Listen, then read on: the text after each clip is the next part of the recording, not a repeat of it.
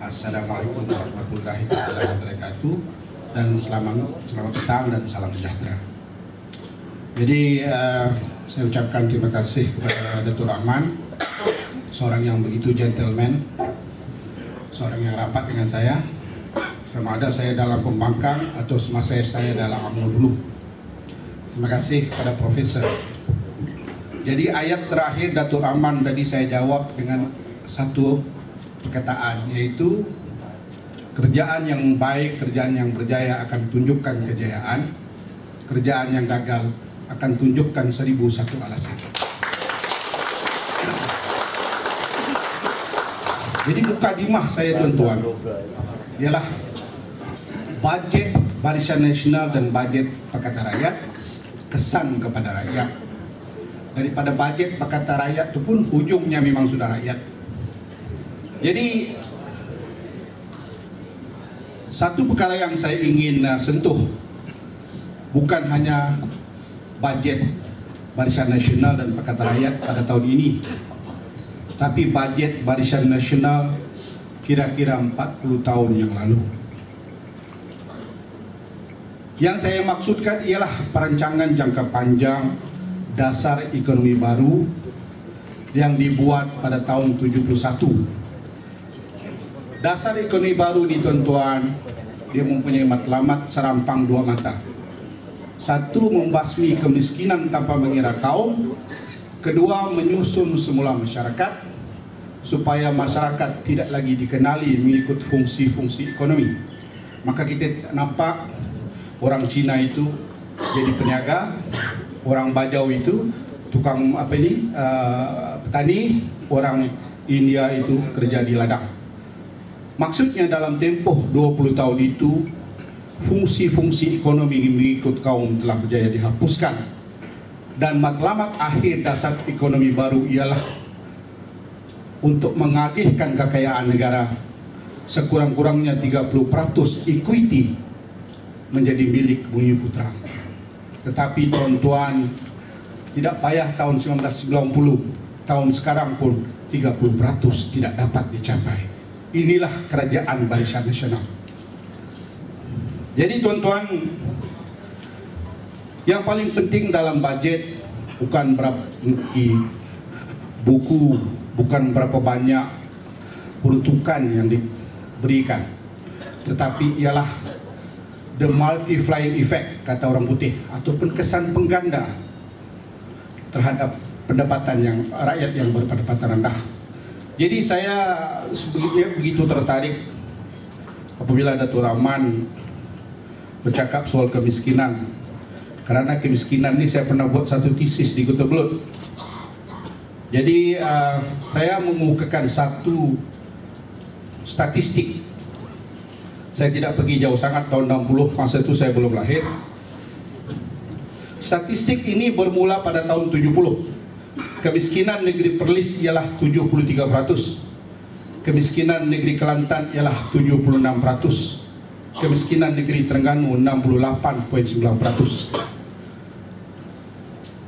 Pada tahun 1990 ini berdasarkan insiden kemiskinan mengikut etnik, strata dan negeri Malaysia tahun 1970-2009. Saya akan edar kemudian. Pada tahun 2009 kadar kemiskinan negeri Johor ialah 1,9%. Maknanya Johor lebih bagus dari Amerika Syarikat. Kedah 5,3%, Kelantan 4,8%. Ingat itu, Kelantan 4,8%. Ucapan Datuk Najib Bilhak Datuk kata Kelantan negeri termiskin itu salah.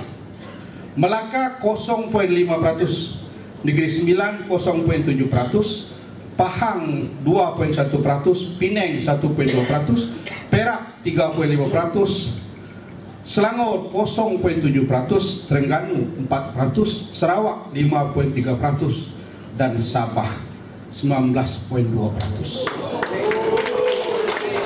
Tuan-tuan, tentu tuan-tuan bertanya, apakah kadar kemiskinan Sabah sewaktu UMNO mula memerintah, yaitu pada tahun 1994, yaitu kadar itu diambil pada tahun 1995. Okey?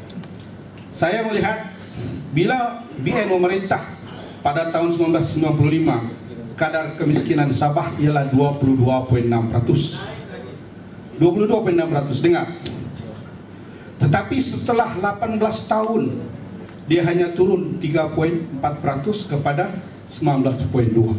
Banding dengan Kelantan, tuan-tuan. Pada tahun 1990, Kelantan turunkan sebanyak 22,9%. Yaitu pada tahun 1995, kadar kemiskinan negeri Kelantan ialah 7,4%. Pada tahun 2009, 1%. Bermana, tuan-tuan, negeri Kelantan telah berjaya menurunkan 22,9% kadar kemiskinan.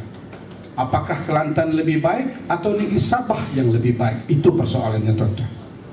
Sekarang saya membawa tuan-tuan ke satu lagi statistik, yaitu insiden kemiskinan tegar. Kemiskinan tegar ni, kalau mengikut laporan daripada Laporan Ekonomi 2001-2012, Economic Reports daripada Kementerian Kewangan Malaysia, ini bukan daripada Pakatan Rakyat. Bottom 40% daripada jumlah penduduk Malaysia, sektor rumah tangga berpendapatan di bawah 2,300 sebulan. Di Sabah, menurut Kementerian Pembangunan Wanita, 68% daripada penduduk Sabah adalah di bawah paras garis kemiskinan. Paras garis kemiskinan mengikut Sabah punya standard ialah RM1.100. Bermakna 68% daripada rakyat Sabah gajinya RM1.100 sebulan. Paras garis kemiskinan di Sabah ni lebih tinggi banding dengan Semenanjung. Di Semenanjung paras garis kemiskinan ialah 940.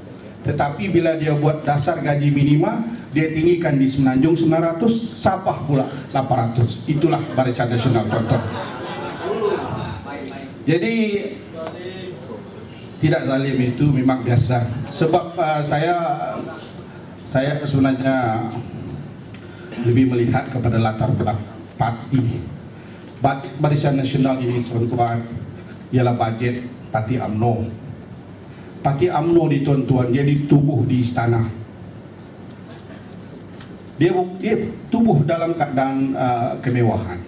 Manakala bajet Pakatan Rakyat dibuat oleh DKR, ditubuh parti yang ditubuhkan daripada darah dan air mata. Jadi ini dua keadaan yang berbeza. Tetapi yang baiknya Barisan Nasional ini, apabila mereka hilang 2/3, mereka jadi baik kepada rakyat. Ini berlaku pada tahun 69. Tahun 69, apabila Perikatan hilang majoriti 2/3, didesak Tunku meletak jawatan. Tun Razak, bapa Datuk Najib, ambil alih. Maka dia buatnya DEB. Itulah tadi matlamatnya, hapus kemiskinan, susun semula masyarakat 30% mesti equity kepada Bumi Putra. Tahun 90, menurut Datuk Najib, ini saya beritahu, ini bukan saya cakap. Dia bercakap dalam satu wawancara, iaitu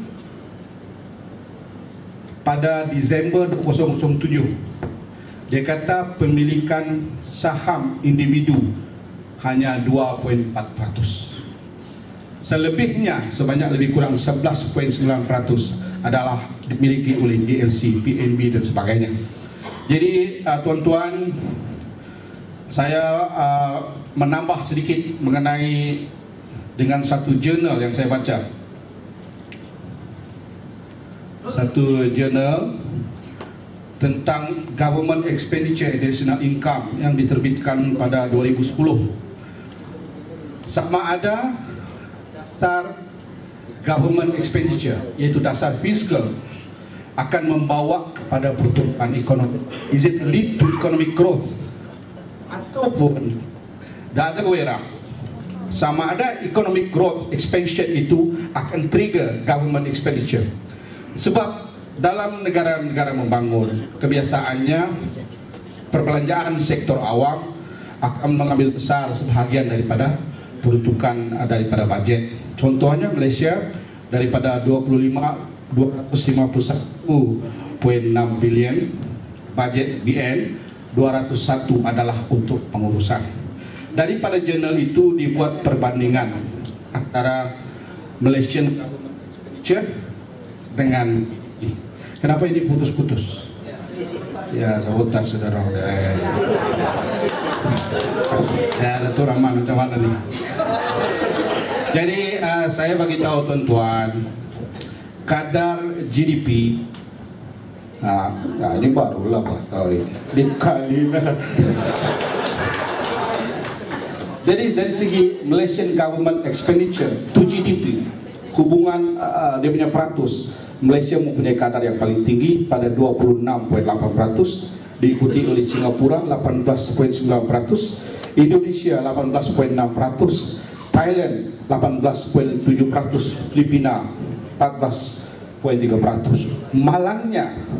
Malangnya kadar perbelanjaan kerajaan, fiscal policy, tidak diterjemahkan dalam kadar pertumbuhan ekonomi negara. Kadar pertumbuhan pada tahun 2010, Filipina 8.7%, Korea 8%, India 7.8%, Vietnam yang berperang 100 tahun tuan-tuan. Kita pergi Vietnam pun kita takut terpijak perangkap samar. Kadar pertumbuhan ekonomi 7.3%, Indonesia 5.1%, Singapura 4.9%, dan tercorot ialah Malaysia pada 4.3%. Pada budget 2013, Perdana Menteri mengunjukkan 4.5% hingga 5.5% sahaja. Dan kadar pertumbuhan ini yang saya sebut, saya refer tuan-tuan kepada kenyataan Ketua Pengarah EPU Datuk Dr. Sulaiman Mahbub dalam satu seminar tentang Poverty and Income Equality in 21st Century.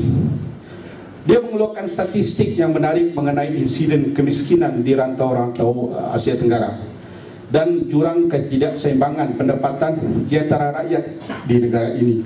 Saya rasa Dr. Kibin faham tentang ini. Ketidakseimbangan pendapatan ini diukur melalui apa yang dipanggil Gini coefficient, dan pada kadar 0.46%,